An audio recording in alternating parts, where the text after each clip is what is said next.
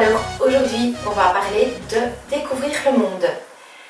Quelques mois après que le parquet ait décidé que mon mari ne pouvait plus approcher du domicile ni de nous, mes enfants ont fait la démarche en quelques clics de m'inscrire sur un site de rencontre. Oh oui, oui, oui, mon Dieu. Ils voyaient à quel point j'étais seule, j'avais plus de famille, peu d'amis. Et puis il était difficile d'expliquer aux connaissances ce qu'il s'était passé dans mon couple. Je ressentais de la honte de m'être fait berner pendant 24 ans. Je me sentais tellement stupide et idiote. Et puis j'étais triste que ma famille s'effondre de la sorte alors que j'avais tenté pendant plusieurs années de trouver, vaille que vaille, des solutions. J'étais vide, fatiguée et je me sentais laide. Alors m'inscrire sur un site de rencontre était la dernière chose que j'avais envie de faire. De plus, n'ayant connu qu'un seul homme dans ma vie, j'étais timide et je connaissais très peu les hommes. Et pourtant, je me suis prise au jeu. Et je dois vous avouer que cela m'a fait énormément de bien. Je suis quelqu'un qui saisit toutes les opportunités et j'ai donc tenté l'aventure. Qu'est-ce que j'avais à perdre de toute façon? J'avais pris soin, quand mes enfants m'ont inscrit, après de cocher la case « Recherche amitié ». Je ne sais pas si les hommes regardent vraiment ce critère. J'ai été flattée d'abord de recevoir des centaines de réponses par jour. Je ne pouvais répondre à tous, même si j'essayais par respect pour les personnes qui faisaient l'effort de venir vers moi, de leur donner une réponse. Ces conversations m'ont amusé des soirées entières.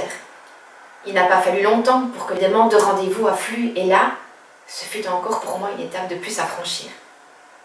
J'étais bien sortie de ma zone de confort, je vous l'accorde. Des coups de téléphone, des rendez-vous, des mails, je ne savais plus où donner de la tête. Quand j'ai eu ma première demande de rendez-vous, j'ai eu la trouille. D'ailleurs, je me souviens très bien de ce premier rendez-vous, de son nom. Comment m'habiller, comment lui dire bonjour, de quoi on va parler, et puis, arriver sur place, comment est-ce que j'allais le reconnaître? Et est-ce que sa photo correspondrait bien à la réalité? Vous savez, on peut trouver de tout sur Internet. Combien de fois j'ai voulu m'en aller quand je voyais un homme attendre au lieu-dit? Il était plus petit, plus gros, mal habillé, oh aïe aïe. J'avais le sentiment d'être une prostituée attendant son client. Que ça a été difficile. Mais j'y suis chaque fois allée, sans jamais décommander un seul rendez-vous. J'ai eu un premier rendez-vous et puis d'autres. Tous les week-ends, pendant plusieurs mois, j'ai été invitée au cinéma et ou au restaurant, à d'autres événements. Je ne m'attardais pas sur l'apparence physique, puisque mon objectif, c'était de savoir quelle image les hommes avaient de moi. Je suis quelqu'un qui n'aime pas aller parler à un psychologue. Pourquoi? Parce que je suis dans l'action. Je préfère vivre les choses, aller de l'avant et ne pas trop me retourner. À chacun sa thérapie. Eh bien, je peux vous dire aujourd'hui que aller à la rencontre de l'autre a été super bénéfique. C'est le premier outil que j'ai mis en place. Je ne savais pas ce que la gente masculine penserait de moi. Je voulais savoir quelle était réellement l'image que je donnais aux hommes. Et puis, est-ce que les hommes étaient tous pareils? Avait-il les mêmes travers que mon mari? Je n'en sais rien puisque je n'avais connu que lui. Étais-je vraiment si détestable comme le prétendait l'homme avec qui j'avais vécu pendant 24 ans? En toute humilité, j'ai été stupéfaite de savoir que je plaisais aux hommes dès la première rencontre. Ils voulaient tous me revoir. Ils me trouvaient adorable et très belle à l'intérieur. J'en ai rencontré 35, je m'étais fixé une limite, afin d'être persuadée que la grande majorité soit unanime dans leur discours vis-à-vis de ma personne. J'ai passé de super moments et j'ai rencontré franchement des gens merveilleux. D'ailleurs, encore aujourd'hui, je suis restée en contact avec quelques-uns. Toujours en tant qu'amie, je précise, mais bon, maintenant, vous faites ce que vous voulez. J'avais pris soin de bien choisir ceux que je voulais rencontrer de visu.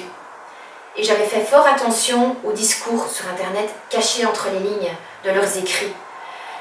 Car même si cela fut rare, il y a des hommes désespérés, déséquilibrés, et il était hors de question que je retombe sur quelqu'un de toxique. Ces petites soirées sympathiques à connaître les hommes avec un grand H, à raconter mon histoire a été un merveilleux exutoire. J'avais enfin des réponses à mes questions, et chaque rencontre m'a fait faire un pas de plus en avant. Pour la plupart, je n'ai pas donné suite à ces soirées resto, car le but n'était pas pour moi de rencontrer un homme pour refaire ma vie. Je ne le voulais pas, je n'étais pas prête et ma priorité était d'aller mieux, le plus rapidement possible, afin d'être forte pour aider mes enfants qui n'allaient pas très bien, suite au traumatisme vécu conséquemment au comportement de leur père. Avant chaque rencontre, j'avais bien spécifié à ces messieurs que je recherchais des amis, rien de plus. Cependant, ils pensaient pour la plus grande majorité, pour ne pas dire tous, pouvoir me faire changer d'avis. Et oui, les hommes ont un terrible ego. Voilà. Donc vous voyez que pour moi, les sites de rencontres restent une très belle aventure qui m'a permis d'avancer surtout au niveau de mon estime de moi. Je me rappelle avoir été très agressive lors des premiers rendez-vous. Les pauvres, je m'en excuse. Ils ont dû prendre toute la colère que j'avais contre mon mari sur eux. Même s'ils ne liront probablement jamais ces lignes, je tiens à rendre hommage à tous ces hommes qui m'ont rendu ma confiance en moi. Pour résumer cette première étape de reconstruction, je vous dirais que ce fut salvateur de rencontrer ces hommes. Reprendre du plaisir à se faire joli, rencontrer des gens formidables, trouver un public pour sortir tout ce que vous avez sur le cœur, parce qu'ils étaient à l'écoute, et recevoir des feedbacks, une vision extérieure de ce que vous venez de vivre, et puis passer d'agréables soirées, manger dans de bons restos, aller au cinéma, aux frais de la princesse, enfin du prince. Tout ça n'a été que du bénéfice.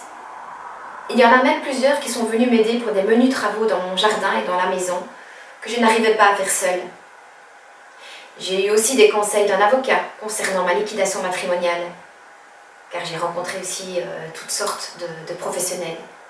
J'ai reçu des fleurs, des gentils messages, un a regonflé les pneus de la poussette de ma petite, l'autre a aidé mon ado à faire un instrument de musique pour l'école, un autre m'a invité avec mes enfants à faire un barbecue chez lui, avec ses enfants à lui.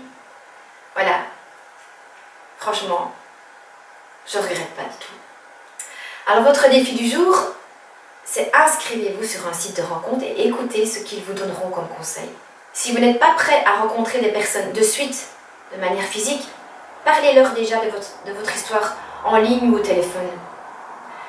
Parler fait énormément de bien. Surtout soyez clair sur vos souhaits de ne pas vouloir vous engager maintenant. Mettez des barrières si certains veulent passer outre de vos désirs. Ne donnez aucune de vos coordonnées sans être sûr de bien cerner leurs intentions. Et n'oubliez pas non plus que vous avez le pouvoir et vous seul décidez quand vous voulez mettre fin aux échanges. Ne retombez pas dans la même dynamique qu'avec votre pervers narcissique. Écoutez votre cœur et soyez attentif si une mauvaise impression vous envahit. Un dernier petit conseil, respectez les gens qui viendront à vous.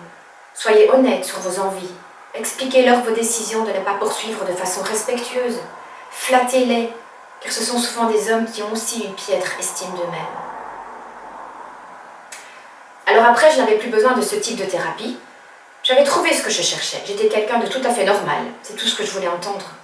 J'avais acquis la certitude que je pourrais un jour être aimée très fort. J'avais repris confiance en moi. Je suis donc passée à une autre étape. Affronter un public plus large. C'était pas une mince affaire.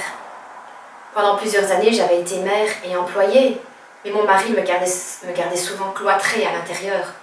Nous ne recevions jamais aucune visite, et je me sentais terriblement mal à l'aise en public. Mais je savais que je devais me forcer à rencontrer des gens afin de poursuivre ma thérapie. J'ai donc commencé à ce moment-là à redonner des cours de sport collectif, à faire du volontariat dans les fêtes d'école, les mouvements de jeunesse, les manifestations du village. Que c'était dur au début. Je me sentais tellement mal et combien de fois ai-je quitté la fête plus vite. Je suis déjà, de par nature, quelqu'un d'assez réservé. Je déteste me mettre sur le devant de la scène. Mais j'ai fait pas mal de progrès à ce niveau-là. D'ailleurs, aujourd'hui, je vous parle, je suis devant une caméra, ce que je n'aurais jamais osé faire il y a 3 ans d'ici. Voilà. Les autres outils dont je vais vous parler dans d'autres capsules se sont cumulés, évidemment, à faire en sorte que je n'avais plus aussi peur du regard de l'autre. Donc votre deuxième défi du jour, inscrivez-vous aux fêtes d'école, associations et autres bénévolats pour leur donner un petit coup de pouce. Vous verrez à la fin de la journée comme vous serez fiers de vous et en plus, vous aurez rencontré de nouvelles personnes avec qui peut-être vous nourrez des liens plus forts dans le futur. N'oubliez pas que le hasard n'existe pas et que les personnes que vous croiserez vous apporteront une pierre à votre édifice, même si vous ne voyez pas de suite de quoi il s'agit. Allez, osez sortir de chez vous. Fixez-vous de petits objectifs, un pas à la fois. Et vous verrez dans quelques mois, vous serez tellement fiers de vos progrès. Allez, à bientôt pour une nouvelle vidéo. Ciao, ciao!